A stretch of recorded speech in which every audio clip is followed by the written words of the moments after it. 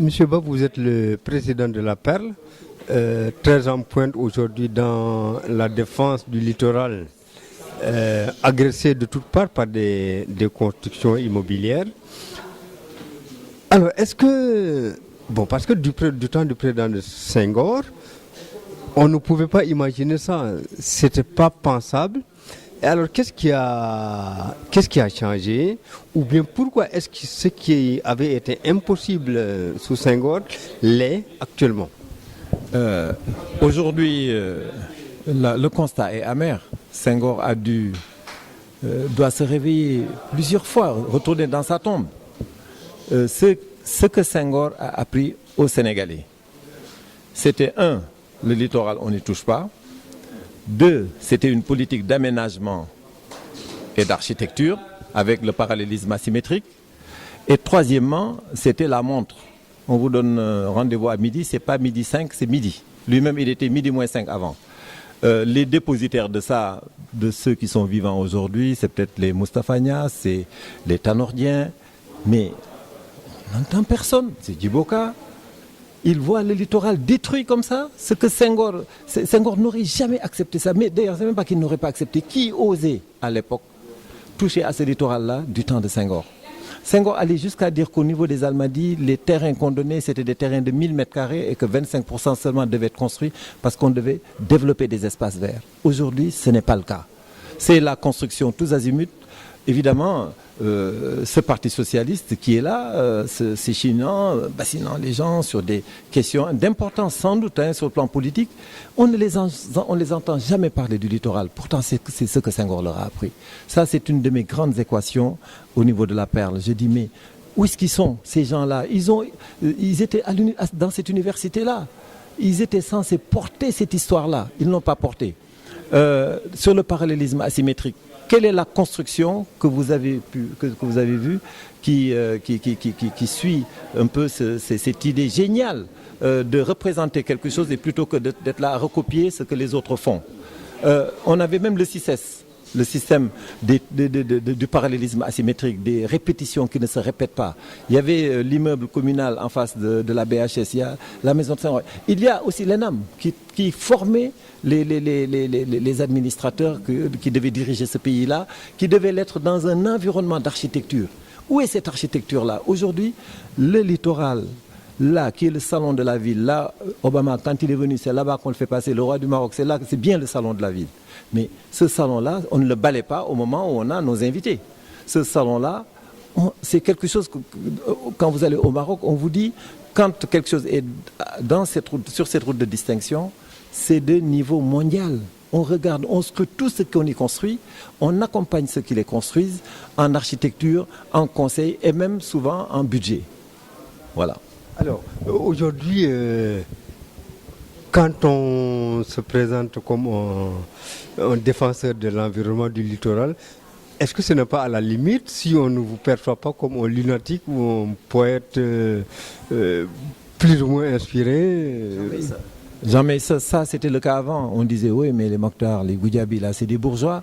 Mais on leur a expliqué, prenons la question de la santé publique. Aujourd'hui, la construction sur le littoral, de part et d'autre, fait de la corniche un habitacle fermé, livré à ces véhicules d'un autre âge, avec la fumée noire qui les suit, qui les englobe, qui les fait même disparaître quand ils passent devant vous. Mais l'espace de respiration est totalement souillé à cause de ça. Donc les gens respirent cette fumée noire toxique. Ça veut dire quoi? Vous avez les jeunes, ils sont asthmatiques. Dans chaque maison, vous en avez. Moi, il y a quelqu'un qui travaille chez moi, il a 40 000 francs de frais pour son fils qui est asthmatique. Les AVC, on découvre avec le rapport de l'OMS que ça vient de là. Les cancers du poumon, les 80%, 90% viennent de la pollution de l'air. Et aujourd'hui, le rapport même de l'OMS placarde le Cap-Vert, le Sénégal, avec sa presqu'île, battue par les vents, qui devrait être dans un espace de respiration extraordinaire, qui se retrouve ne pouvant même plus respirer avec 7 points en dessous de la norme. Et donc aujourd'hui, il est dangereux même de vivre à Dakar. Alors, celui qui disait ah, c'est des bourgeois et tout ça, et qui voit l'AVC de ses parents, qui voit l'asthme de son fils, à lui, quand on est sorti pour expliquer ça, crois-moi, maintenant on est saisi de partout. Alors, il y a quelques années, dans une contribution parue à Sud Quotidien, Annie Jouga, qui fait partie donc des défenseurs du littoral, disait que bon, qu'il y avait des risques, des émanations qui pouvaient être nocives à ceux qui bâtissaient en bord de mer sur la corniche. Voilà, c'est ce qui montre aujourd'hui l'intelligence risque qui devrait entourer toute la question littorale. Effectivement, non seulement il y a des problèmes de santé publique, mais il y a des problèmes chimiques, là où on est posé, paraît-il, notamment le Radisson, mais il y a des risques et surtout c'est un gaz qu'on ne sentirait pas, un peu comme ce qu'on a vu au niveau du Cameroun il y a quelques années, où subitement les gens, on les a vus étalés morts comme ça, etc. Mais Annie dit quelque chose de très très important. Il y a une intelligence littorale. Nous avons élaboré une pensée économique, financière, technique, et on met tout ça dedans pour que les pouvoirs publics comprennent de quoi on leur parle. Nous, on n'a pas vocation à nous battre contre un gouvernement ou bien à surveiller un État parce qu'il fait de la prédation. Nous, là où on est fort, c'est évidemment les accompagner par des idées, par des propositions innovantes et en symbiose et en synergie gouvernement et citoyens. Il y a guerre, bon, peut-être dans les années 90, je crois que les Goudjabis s'étaient rebellés contre deux tableaux publicitaires qui, sur le prolongement de l'avenue Pétavin, barraient la vue à la mer. Donc, entre ces panneaux d'hier et les édifications aujourd'hui sur le littoral, mais je crois qu'il y a une très grande... Absolument, mais ça c'est le combat maintenant que nous sommes en train de mener parce que personne ne le voit. De plus en plus, Dakar est fermé par des panneaux publicitaires. Alors que dans les pays qui ont ce problème-là, comme les pays asiatiques notamment, c'est un énorme combat pour les enlever de là, avec des lobbies énormes. Nous, comme d'habitude, on voit la catastrophe chez les autres, et puis on fait comme au cinéma, on regarde, on ne se dit pas mais ça va nous arriver. Et on laisse faire. Effectivement, il faut prendre ça à bras le corps et travailler là-dessus. C'est tout ça qu'on appelle l'intelligence littorale. Monsieur Ba, vous êtes de Agitar, vous aussi faites partie du combat pour la préservation du littoral à Dakar. Qu'est-ce que cela signifie aujourd'hui vouloir défendre un site comme ça agressé de toutes parts et puis même au risque d'être perçu par les populations comme un lunatique, comme un rêveur, un poète manqué? Mais je crois que ça c'est immanquablement que les gens qui sont au loin peuvent penser ainsi. Mais dans la plateforme, je vous fais remarquer que nous avons des pêcheurs. Les pêcheurs, je pense qu'ils ne sont pas lunatiques. C'est des professionnels de la mer qui vivent de la mer.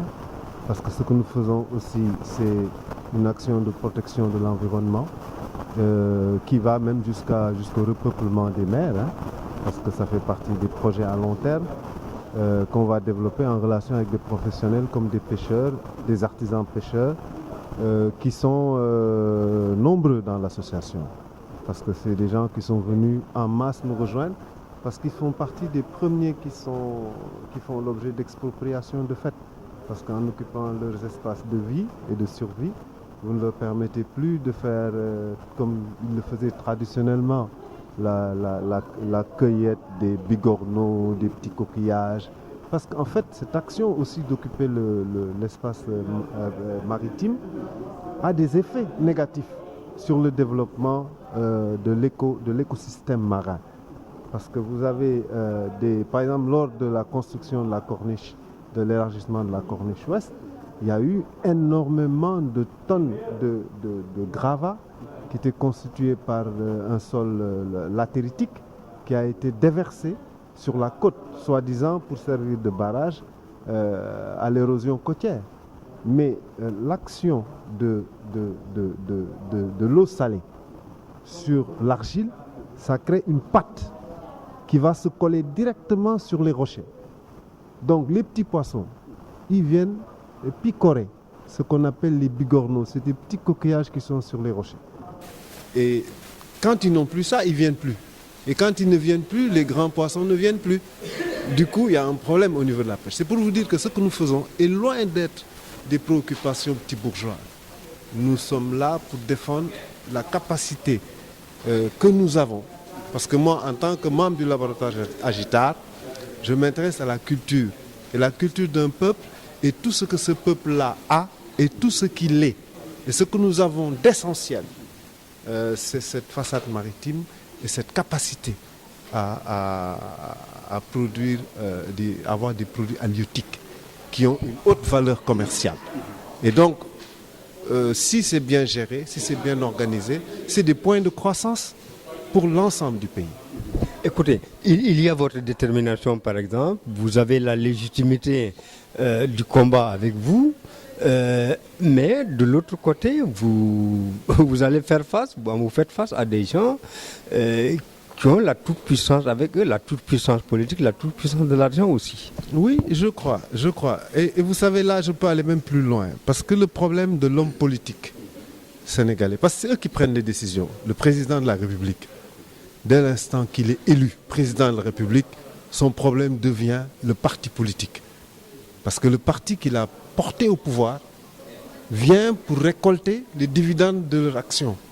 Donc, ils sont plus ou moins piégés par les partis politiques.